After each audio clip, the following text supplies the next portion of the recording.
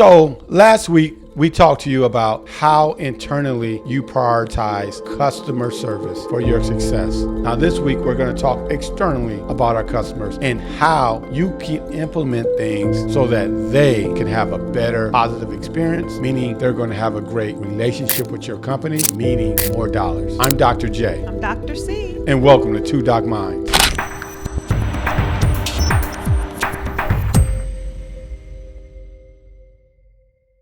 Today, we are talking about how we as professionals can prioritize our customers' experience. And we have 4 key ideas around that, about how you can take this idea of making sure that your customer is essentially satisfied with your product or service that you're selling. Absolutely. And utilizing it to your advantage in the market space. So let's start with the first one. The first idea was of the 4 ideas that we came up with is transparency. Transparency is such an essential element of any business. Either you have it or you don't. I don't think there's any sliding scale for transparency. I think transparency is something that you as a business owner or as a manager or leader organization has to some degree.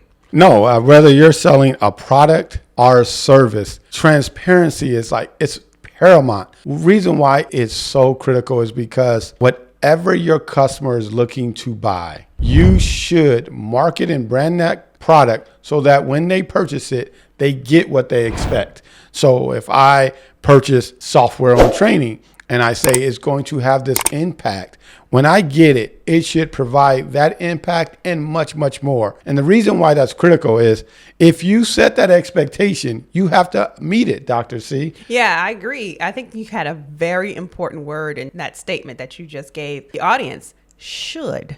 Yeah. A lot of people aim to have certain standards and they try to reach that standard level, but it's not always fulfilled. Transparency is definitely something that should be of reach to people and not necessarily always achieved, no matter how much their efforts are. No, I mean, I purchased, I would say, a rather expensive coffee mug and dishwasher safe, durable, great, strong, sturdy product. Yes. I put it in the dishwasher and it chipped. And it should. And it should have been a cup that I can use for years and years to come, but I was only able to use it for 1 or 2 months. Will I go back and buy that product again? Very unlikely. That's a good example too, Dr. J, because that's okay if it happens. If I expect it as a customer where I purchase an item and I spent a certain amount of money for that product and I expect it to perform a certain way. So if the price doesn't match the quality, then what does that say about you and your transparency as a person who sold it to me? So it's definitely an idea that if I expect to pay $100 for a service or a product, I expect to get $100 worth of service in return. Yeah, and if I get something more, great. That's wonderful. I'm gonna come back. If I meet that expectation, potentially I may come back. If I don't meet that expectation, I'm going to your competitor. And that transparency is very important. Absolutely. Because that's your value as a company. Absolutely. That's who you are. Yeah. And so what's the next one, Dr. C? We have responsive customer service. Being responsive is important because it tells or communicates to the customer. It communicates to the public that you value what people think of you. You value their time. You value, what they have to give up to even invest into who you are as a corporation or as a professional or as a business or whatever you are. Yeah. Having a responsive customer service is a communication tool. Because you're responding to something that's a limited commodity for every single body in the world. Well, almost everybody. And that's money and time. Yeah. And so if you value someone else's money and time, you're going to be responsive. And when we look at our other examples, right? Coffee mug, it chipped after a couple of months of use. Right. After I paid, I would say, a significant amount for that product. Right. When I call customer service, I want them to be responsive.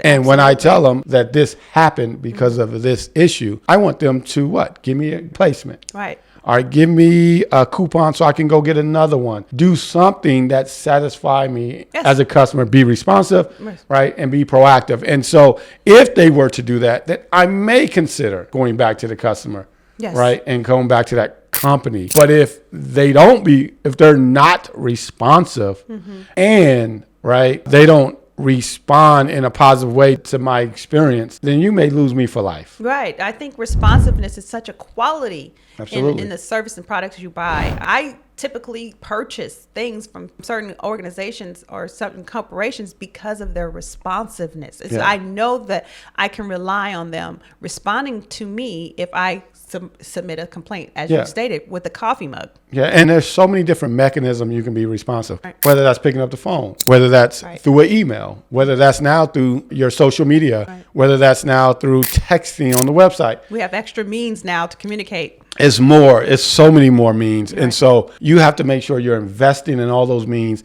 and that who's ever managing those venues of communication, they need to ensure that it is swift, it is fast, and that they're providing a level of service that many other people aren't. You actually make a very great point that I just want to highlight, Dr. J. Timeliness. Absolutely. Being responsive to any customer has an element of timeliness, and you have to respond in a timely fashion in order to be valuable. No, time is money, right? And money is time. And so that segues right into the next one, right? And, value for your money. Yeah.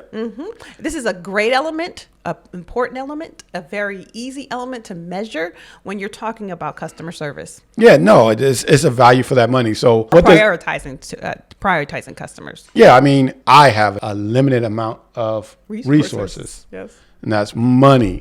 And so when I decide who I allocate that money to, right, I want to value that exchange. I give you a product, I give you a service for some monetary value. Right. And I need to make sure that I value that, I prioritize that. And in general, I thank you for that transaction. And I think most people forget the last piece, and that's thanking their customers for those transactions, because it means a lot. Right. I think it's also value implies, to me at least, that you are also pricing your products correctly. Oh, yeah. No, absolutely. Your products and services correctly, that you're actually providing what you're saying you're providing. That goes back to, again, being transparent maybe, but actually valuing your customers' resources that they're giving up to obtain that product is just business 101. No, and when you go back to the coffee mug, if I paid 25 cents for the mug, and I'll be like, well, it chipped, in 2 months, well, I paid 25 cents.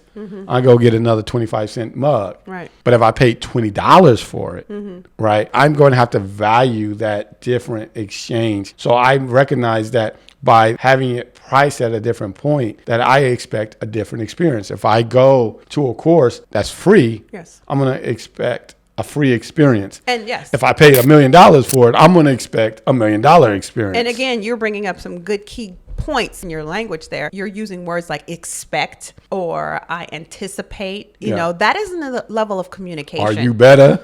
Yes, that's communicating. And in the value for money, communicating the value of your product and service is also essential when talking about the value of what your product or service is to prioritizing your customer. So yes, communication is key from the person that you are in the organization, in anything that you're selling, anything that if you're selling, you're branding yourself, communicating your value is essential. Absolutely. So what is our last and final fourth mechanism? It's feedback. It's feedback. It's always feedback. I think feedback was a part of our initial video, our prior video on prioritizing and finding ways to identify that in an internal organization. Now, before you go forward, if you haven't saw that video, please go to our YouTube page.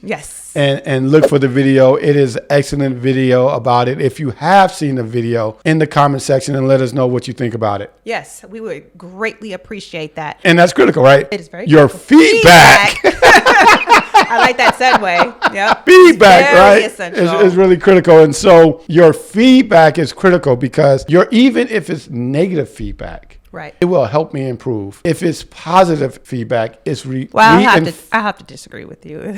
Okay. I think if you receive any feedback, it's very, very useful in the way that you use it. I mean, feedback will give us a way to move differently. Correct. If nothing else, if it's negative, we'll know what to do with that negative feedback. And if it's negative to the point where it's helpful criticism, but I definitely think the type of feedback is essential to your growth as a professional. Absolutely. So feedback is critical. And then like we said earlier in the video, whether it's phone, whether it's text, whether it's email, whether it's social media, whether it's some type of communication on the website, there's so many different ways to do that. And you have to make sure that whatever way you're using, that you're very quick to respond, to provide a timely response for that customer. Yes, coming from the person that's selling a product or selling a service, it's important to create a mechanism that provides ease of feedback. That's absolutely. To allow, like you said, the social media aspect is very important. But there's so many different ways, again, that you can actually provide feedback as the customer.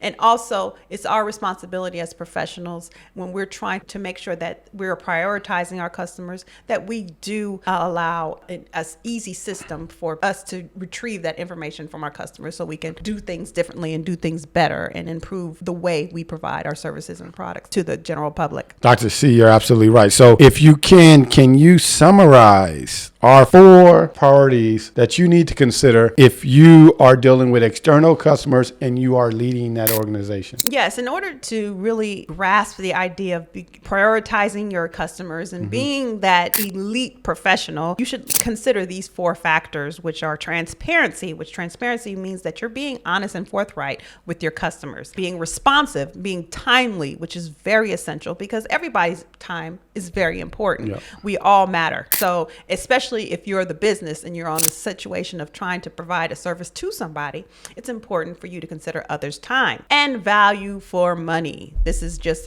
it seems like a straightforward concept, but some of us miss it. You miss some of us pay for the $100 mug, but in actuality, we get the what? The $10 mug. Yeah. So our 25-cent mug in this case. The 25-cent mug. So let's all consider as professionals who are trying to elevate our careers, who are trying to step into the realm of great leadership. Let's consider prioritizing our customers by considering the value for money as they spend their money on our products and services. And lastly, the most important one, I would say, feedback. Feedback is so essential because, Dr. J? Because we want your feedback right now. Drop a comment in the comment section. Give us your feedback on this video. And what we will do is learn from your feedback, grow from your feedback, process your feedback, but also we will engage with you because it's important that we all grow together. Yep. And also, yes. like, comment, and subscribe. And hit that notification bell. And I'm Dr. J. I'm Dr. C. And thank you for watching Two Doc Minds.